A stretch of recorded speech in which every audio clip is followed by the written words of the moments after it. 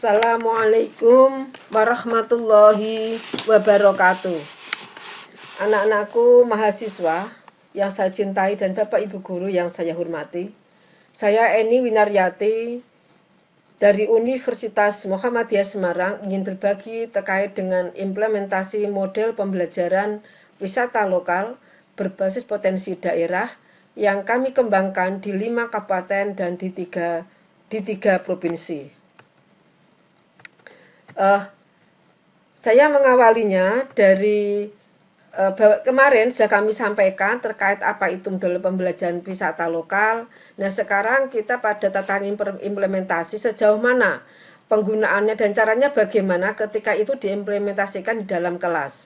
Sebagai contoh ini adalah sudah diimplementasikan di SMA negeri, salah satu SMA negeri di Pekalongan pada mapel biologi. Nah, di dalam web yang kita kembangkan itu ada memuat terkait dengan kearifan lokal yang dimiliki di Kabupaten Pekalongan, yakni Petong Kriono itu memiliki stroberi, juga Curug Muncar di Petong Kriono itu juga ada pohon dan rumput termasuk lingkungan yang sangat indah. Juga ada beberapa kearifan lokal yang lain. Nah, di sini di SMA 1 Pekalongan Mapel Biologi ini, gurunya sedang menyampaikan terkait dengan hukum Mendel 2 yang beliau kaitkan dengan kearifan lokal yang ada di daerah Pekalongan. Yang sangat indah adalah beliau menyampaikan di sini termasuk kearifan lokal durian lolong. Di sini sampaikan guru menanyakan kepada siswa setelah membaca artikel tentang Festival Durian Lolong dan Kebun Stroberi Petong Kriono, perihal artikel tersebut, adakah keterkaitan hubungan pewarisan sifat pada variasi durian lolong dengan materi pada KD lalu terkait dengan pembelahan sel. Nah, di dalam durian lolong ada rasa durian daging buah yang kuning, disilangkan dengan durian lolong daging buah yang putih. Nah, bagaimana perbandingan variasi genotip dan fenotip keturunannya. Nah, ini ketika anak akan pembelajarannya dikaitkan dengan potensi kearifan lokal yang ada di daerah Pekalongan, tentu mereka akan gampang bisa menerjemahkan dan ke depan dia bisa ada melakukan suatu kegiatan inovasi untuk perbaikan agar rasa makanan yang di daerah itu semakin nikmat. Nah, kemudian ini dalam RPP-nya. Kemudian ketika itu diimplementasikan dalam soal, juga terkait dengan materi-materi kearifan lokal pun itu juga tertuang di sini. Ini ada gambar batu ireng, batu hitam di Desa Lembur, Kecamatan Kandang, Serang, termasuk lingkungan avotik, fotik, biotik, abiotik, dan seterusnya. Juga ada beberapa surat soal yang isai. Kemudian di SMPN di Pekalongan ini diimplementasikan pada mapel sosial, di mana guru itu meminta anak-anak itu berwisata lokal dulu di daerah setempat, bahkan anak diajak datang ke area yang terdekat dengan sekolahnya dengan model pembelajaran number head together NHT yang digunakan di dalam kegiatannya tersebut. Nah, di sini sifat dibagi beberapa kelompok-kelompok yang pelaksanaannya dilakukan di daerah wisata yang dekat dengan sekolahan. Kemudian ada lagi ini mapel bahasa Indonesia di SMKN di Pekalongan, di mana siswa secara tugasnya adalah siswa secara mandiri mendapatkan tugas untuk menemukan informasi yang termasuk wacana eksposisi di lingkungan sekitar rumah sekolah. Kemudian siswa diminta menyusunnya menjadi wacana eksposisi yang utuh dan padu dan melaporkannya secara tertulis kepada guru. Nah, jadwal pengumpulan sesuai instruksi guru. Ini artinya bahwa sudah ketika melaksanakan pembelajaran di kelas itu menggunakan lingkungan sekitar itu pun juga bagian dari potensi daerah yang perlu kita ekspos dan diketahui oleh anak-anak kita. Kemudian ada lagi di wilayah Lasem Rembang. Pada mapel bahasa Indonesia, ini gurunya itu membuat topik dengan topiknya adalah menuangkan sikap kritis dalam menulis teks eksposisi.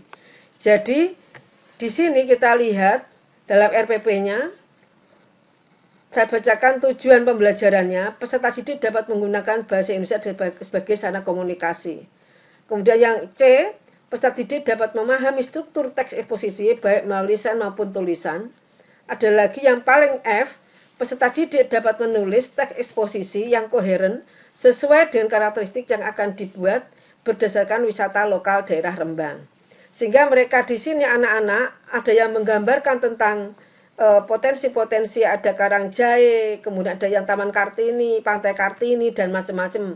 Mereka tidak sama karena mereka gambaran mereka ketika melihat lokasi itu masing-masing yang dituju, wilayah dituju, daerah yang dituju untuk menggambarkan tugas guru itu berbeda-beda. Sehingga di sini kita lihat anak-anak membuat semacam gambar, masing gambar adalah gambaran dia menggambarkan apa yang dia lihat dalam bentuk suatu lukisan. Kemudian berikutnya adalah masih di SMP Negeri 1 Lasem, Mapel IPS.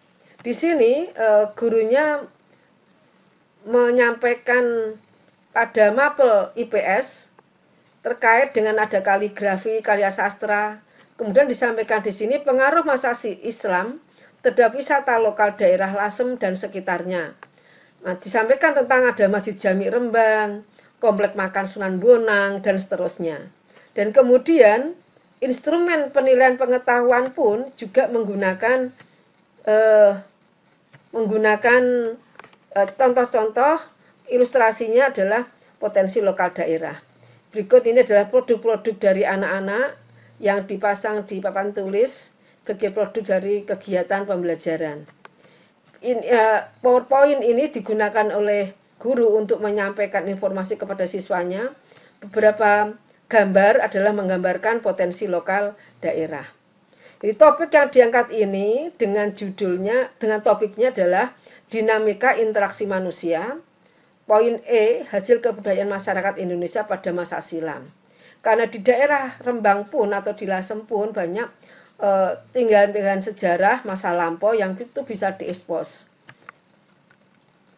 Berikut adalah dilaksanakan di salah satu SMK di Rembang, kemudian menyampaikan tentang materi mapelnya adalah kimia, tentang oksidasi reduksi, dan ini gurunya konsep dasarnya membedakan konsep oksidasi reduksi dan reaksi lainnya.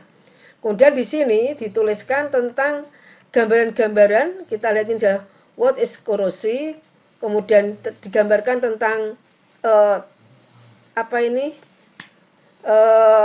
tempat-tempat di daerah Rembang ada kapal yang kalau lama kena air garam tentu akan jadi korosi. Juga ada kelenteng itu juga bisa terkorosi.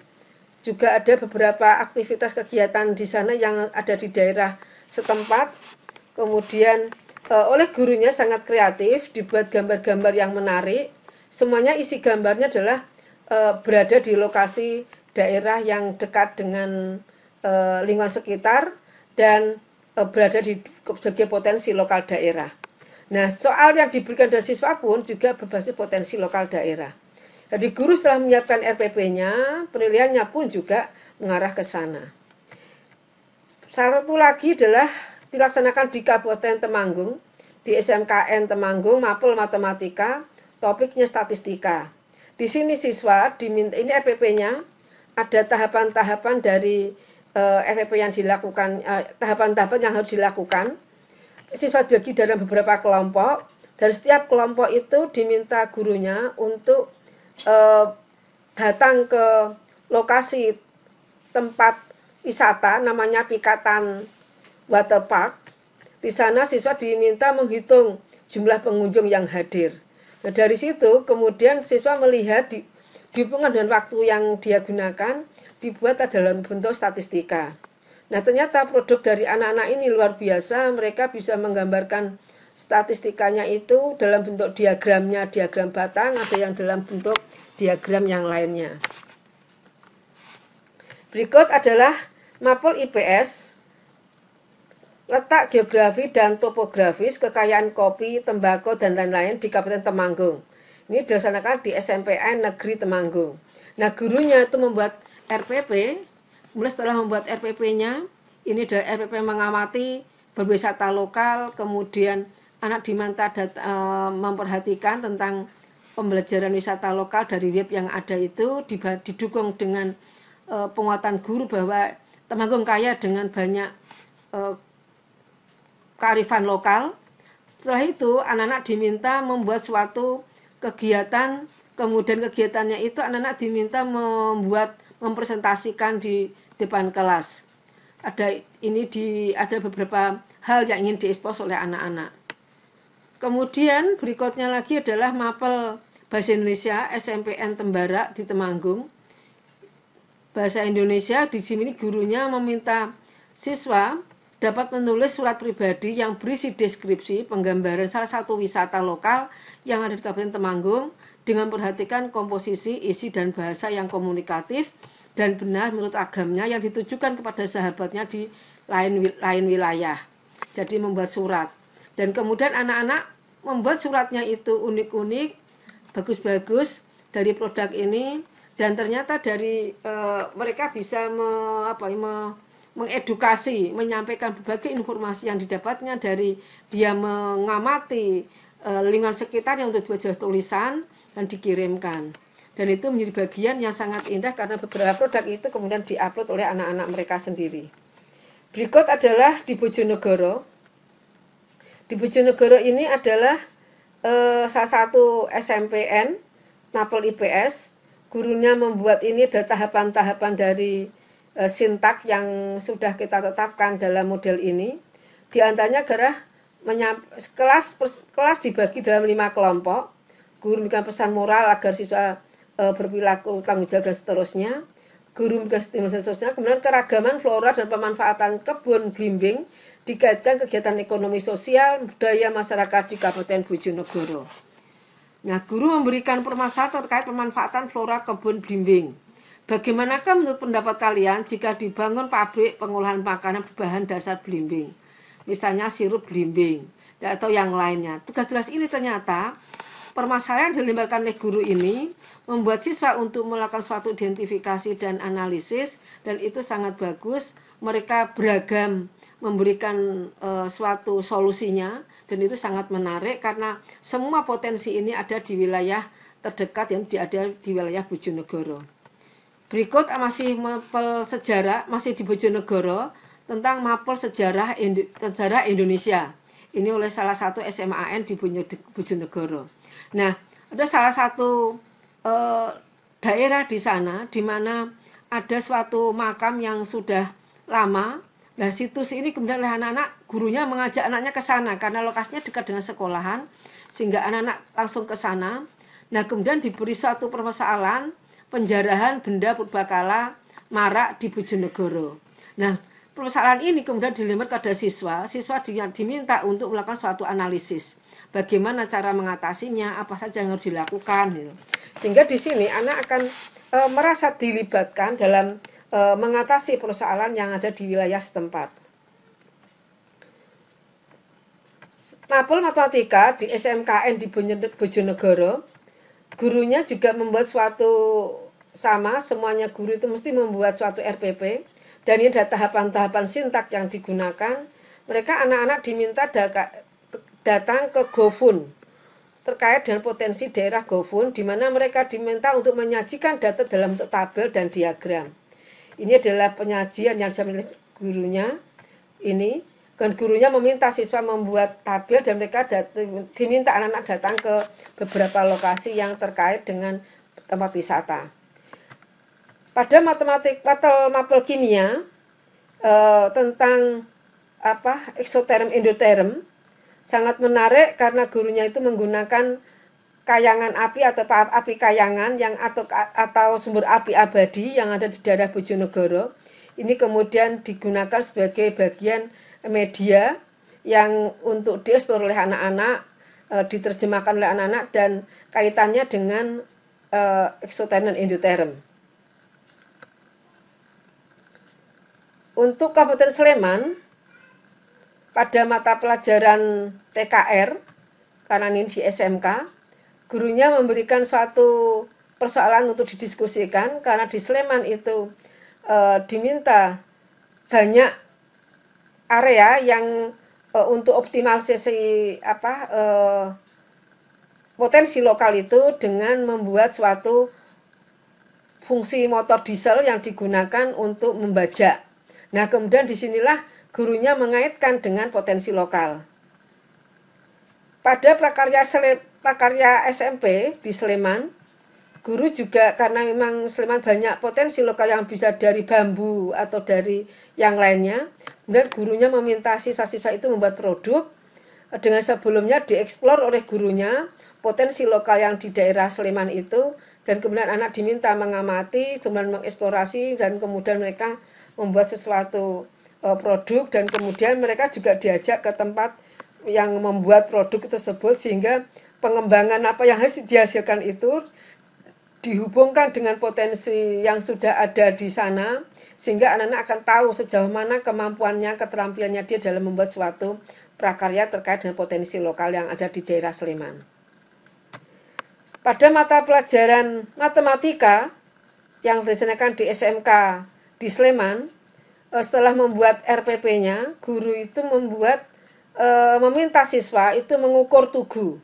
Nah, ketika beliau menyampaikan ini, tugu yang digunakan untuk diukur itu adalah tugu yang ada di daerah Sleman. Nah, ini sangat tegak juga beberapa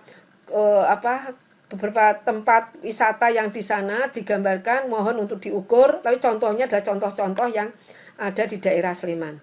Hal-hal seperti ini tentu akan menarik anak-anak kita, siswa kita, tentang potensi lokal daerah itu, dan semuanya itu bisa dibuat baik dalam bentuk RPP-nya, diturunkan dalam bentuk RPP-nya, kemudian juga penilaiannya.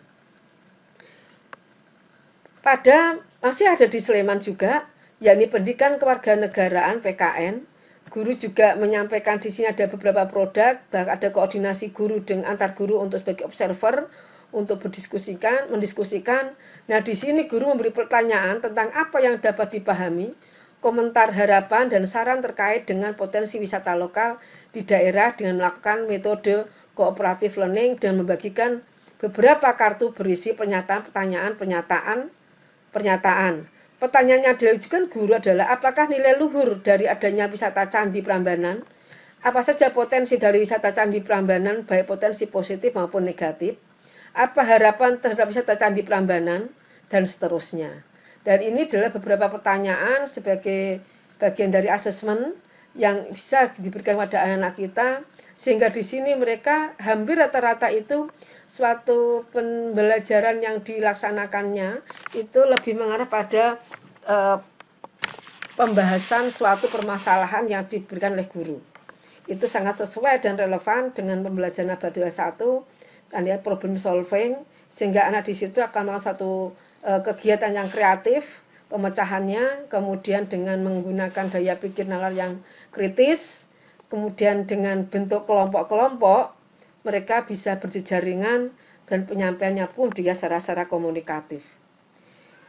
Berikut adalah kegiatan sosialisasi, workshop, dan evaluasi di Kabupaten Pekalongan. Kemudian ini bentuk-bentuk workshop yang kami lakukan di daerah Sleman, baik sosialisasi, workshop, dan evaluasi di Kabupaten Sleman. Kemudian berikutnya ini adalah beberapa aktivitas guru ketika menyampaikan produknya, ketika membuat fase-fase dalam sintak itu, karena syarat model pembelajaran itu harus ada sintaknya, urutannya. Sehingga ketika guru menyampaikan kepada siswa itu ada aturan yang harus dipahami, sehingga kalau dia paham maka dia akan dengan mudah menyampaikannya kepada siswanya. Ketika guru mempresentasikan RPP-nya sebelum diimplementasikan. Demikian yang bisa saya sampaikan. Mudah-mudahan ada manfaatnya. Assalamualaikum warahmatullahi wabarakatuh.